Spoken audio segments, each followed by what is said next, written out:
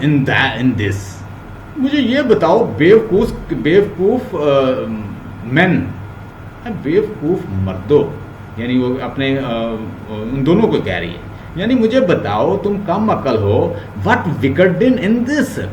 किस तरह का शोर कर रहे हो, क्यों शोर कर रहे हो? विद थीब सिक ऑफ डेथ, थीब मर रहा है मौत से। Is it not shameful? क्या ये हमारे लिए शेमफुल नहीं है कि हम बादशाह हैं, किंग हैं, और हमारा मुल्क जो है वो मर रहा है और हम लड़ रहे हैं? That you should raise some private quarrel up, और तुम अपने प्राइवेट मसलों में, लड़ाइयों में पड़े हुए हो।